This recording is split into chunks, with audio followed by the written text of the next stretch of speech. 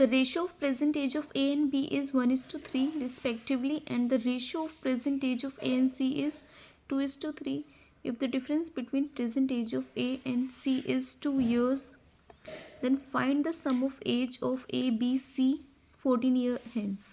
तो इसमें हमें A और B का रेशो दिया है 1:3, और A और C का रेशो हमें दिया हुआ है इसमें 2:3. तो पहले हम इन तीनों को इक्वल कर लेते हैं. तो हमें यहाँ पे पता है कि ए और जब इनका प्रेजेंट एज का रेशियो है तो ए और ए का तो सेम होगा इन दोनों जगह. यहाँ 2 ईयर्स है तो इसको भी 2 बनाने के लिए 2 से मल्टीप्लाई करेंगे तो 2 1 2, 3 2 6. ये 2:6 हो गया और ये 2:3 है. अब इन तीनों को एक जगह लिख लेते हैं, A:B:C. तो A 2 हो जाएगा, B हमारा 6 है और C हमारा है 3.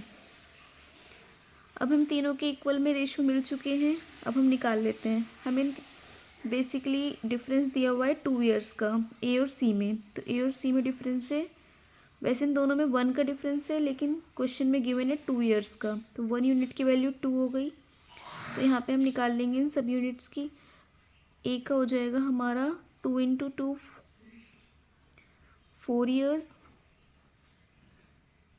6 यूनिट की वैल्यू हो जाएगी, 1 यूनिट की 2 है तो 6 यूनिट की हो जाएगी 12.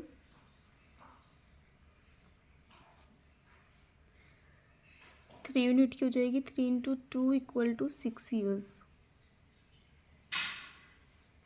अब हमें इस क्वेश्चन में सम निकालना था इनका A + B + C. तो हो जाएगा 4 + 12 + 6 = 22. लेकिन हमें 14 ईयर्स के बाद पूछा था, तो ये सब 14 ईयर्स क्या हो जाएंगे, ज़्यादा हो जाएंगे. तो 22 में +14 +14 +14, ये तीनों की एज 14 14 बढ़ जाएगी. तो आंसर आएगा हमारा इनको ऐड अप करके 68 ईयर्स.